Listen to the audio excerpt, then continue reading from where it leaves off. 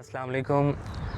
آج طارق عزیز صاحب کی آخری آرامگاہ پر موجود ہوں۔ میں جب راول پنڈی میں تھا تب ان کا انتقال ہوا تھا، تو نہ تو جنازے میں شرکت کر سکا اور نہ ہی ان کی آخری آرامگاہ پر دعا کرنے کے لیے آ سکا۔ فرسٹ ٹائم اپنے چینل سے ان کی آخری آرامگاہ کی ویڈیو بنا رہا ہوں، اور میرے ساتھ ڈاکٹر ابرار صاحب موجود ہیں جو کہ طارق عزیز صاحب کے حوالے سے آپ کو تمام تر تفصیلات سے آگاہ کریں گے۔ ڈاکٹر صاحب جی السلام علیکم ناظرین، بہت شکریہ جناب عامر شاہ صاحب، اور بڑی مجھے خوشی ہوتی ہے کہ آپ ہمارے دنیا سے جانے والے جتنے فنکار ہیں ان کو آپ جو ہے وہ بڑا اچھا خراج عقیدت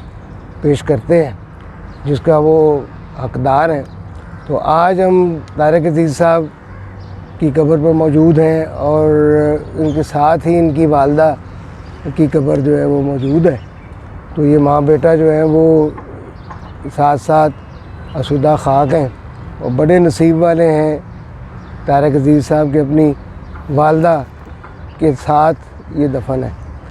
طارق عزیز صاحب جو ہیں وہ ایک کثیر الجہتی شخصیت ہیں، اور آپ شاعر، آپ صداکار، آپ اداکار، آپ دانشور، آپ سیاستدان،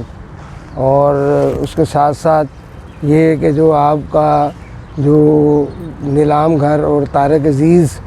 بزم طارق عزیز کے حوالے سے جو کنٹریبیوشن ہے وہ بڑا شاندار ہے۔ وہ طارق عزیز صاحب 1936 میں جالندھر میں پیدا ہوئے۔ ان کے والد صاحب جو ہیں وہ جالندھر میں رہتے تھے، اور پاکستان بننے سے پہلے ہی ان کے والد صاحب نے اپنے نام کے ساتھ پاکستانی لگا لیا تھا۔ وہ عبدالعزیز پاکستانی کہلاتے تھے۔ تو وہ بڑے محب الوطن تھے، اور آپ 1947 میں پھر ہجرت کر کے جالندھر سے ساہیوال آ گئے، اور ساہیوال میں رہنے لگے، اور ساہیوال سے پھر طارق صاحب جو ہے وہ تعلیم کے سلسلے میں اور روزگار کے سلسلے میں لاہور تشریف لے آئے۔ اور یہاں پر میں بتاتا چلوں کہ پاکستان پیپلز پارٹی کے بڑے عظیم رہنما ڈاکٹر مبشر حسن مرحوم کے بھائی ڈاکٹر مہدی حسن، وہ ان کے ساتھ ساہیوال سے یہاں آئے۔ ان دونوں نے مل کر سٹرگل کی، اور پھر اس کے بعد طارق صاحب جو ہیں وہ جب 26 نومبر 1964 میں پاکستان ٹیلی ویژن کا آغاز ہوا، تو آپ پہلے اناؤنسر کے طور پر، یعنی پاکستان ٹیلی ویژن کے اوپر جو پہلا چہرہ سامنے آیا وہ طارق عزیز صاحب کا چہرہ تھا، اور آپ نے اناؤنسمنٹ کی، اور پاکستان ٹیلی ویژن کی نشریات کا باقاعدہ آغاز ہوا۔ پھر اس کے بعد جو ہے وہ آپ نے ٹیلی ویژن کے اوپر اداکاری بھی کی اور صداکاری بھی کی، اور پھر آپ فلم میں بھی آئے، اور فلم میں آپ کو پتہ ہے کہ ان کی کئی فلمیں، لیکن جو انسانیت سے ان کو جو ہے وہ عروج ملا، انسانیت میں ان کا بڑا شاندار کردار تھا۔ اس کے بعد ان کی ایک فلم تھی ہار گیا انسان، ہار گیا انسان میں جو ہے وہ ان کا مرکزی کردار تھا، اور یہاں پر سالگرہ فلم جو ہے اس کا ذکر کرنا بھی بڑا ضروری میں سمجھوں گا، کیونکہ سالگرہ میں ان کے جو ہے وہ ڈائلاگ بڑے مشہور ہوئے، اور بڑے لمبے ڈائلاگ تھے، اور اتنے لمبے ڈائلاگ کو ورائٹی کے ساتھ اور اتار چڑھاؤ کے ساتھ ادا کرنا جو ہے وہ ایک کونا مشق اور ایک ماہر صداکار یا اداکار کا کام تھا، اور اس میں انہوں نے اپنا لوہا منوایا۔ پھر آپ جو ہے وہ 1974 میں نیلام گھر شروع ہوتا ہے۔ نیلام گھر ایک ایسا شو تھا جس نے کئی دروازے کھولے، اور اس میں جو ہے وہ بہت کچھ تھا۔ اس میں ادب کے حوالے سے، اس میں جو ہے وہ ہمارے اخلاقیات کے حوالے سے، اور اس میں جتنے بھی ہمارے پہلو ہیں، ہمارا جو نظریہ پاکستان ہے، نظریہ اسلام ہے، اس کے حوالے سے جو ہے وہ بہت ساری چیزیں ہوئیں۔ اس میں جو ہے وہ کیا ہے، وہ رمضان کے حوالے سے پروگرام ہوتے رہے، اور پھر اس کے علاوہ جو ہمارے اہم دن ہوتے ہیں اس کے حوالے سے کچھ پروگرام ہوتے رہے، اور وہ ایک بڑا شاندار ایک کمرشل پروگرام تھا۔ اور اس میں جو ہے وہ کاریں جیتی جاتی تھیں، موٹر سائیکلیں جیتی جاتی تھیں، اور اس طرح جو ہے وہ جو اہل دانش لوگ تھے یا جو لوگ جو ہے وہ باصلاحیت لوگ تھے ان کی حوصلہ افزائی ہوتی تھی۔ تو یہ ایک بہت بڑا کام تھا۔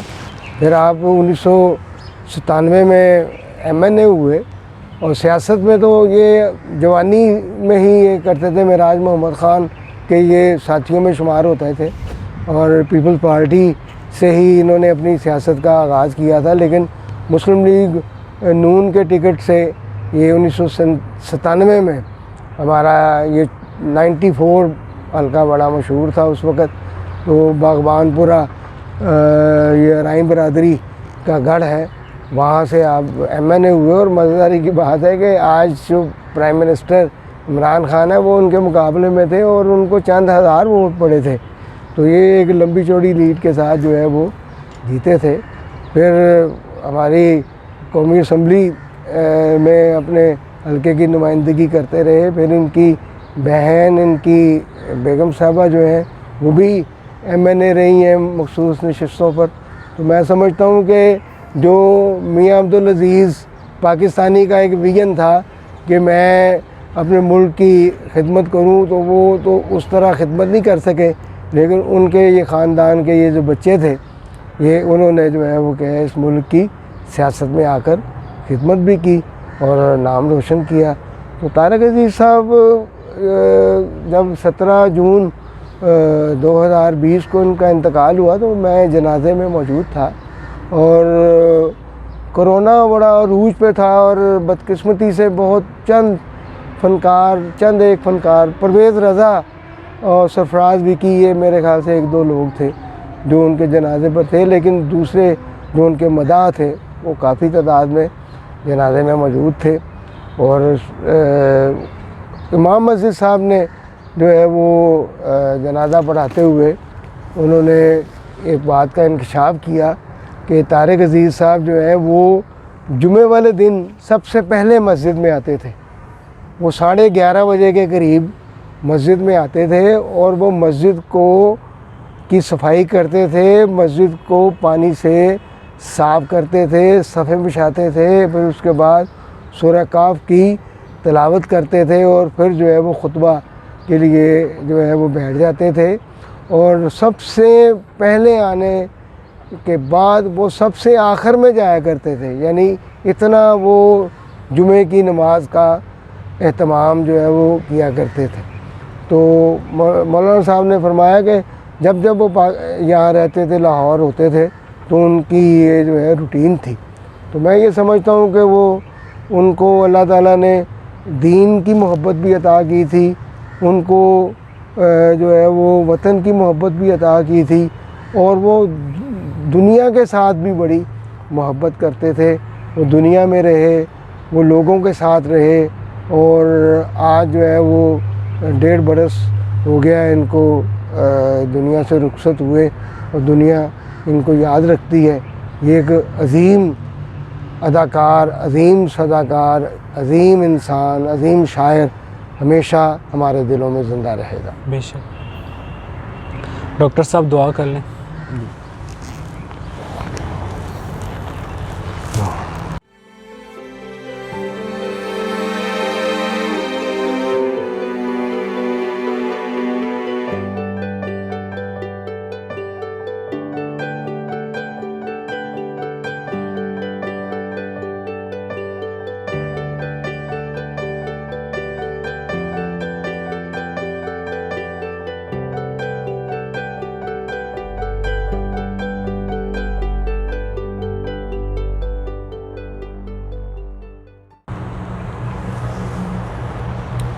ڈاکٹر صاحب ماشاءاللہ آپ نے اتنا تفصیلی پروگرام ایک بنا دیا،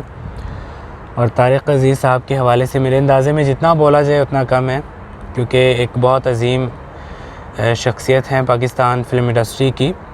اب میں آپ سے پھر سے گزارش کروں گا کہ ایک دفعہ پھر سے جو ایڈریس ہے وہ ہمارے جو دیکھنے والے ہیں ان کو بتا دیں، کیونکہ بہت سارے ایسے لوگ ہوتے ہیں جو سیم ویڈیوز کو دیکھ نہیں سکتے۔ تو یہ لاہور کا قبرستان ہے، کیونکہ لوگ یہ کہتے ہیں کہ بھئی آپ شہر کا نام بھی ضرور مینشن کریں۔ جی لاہور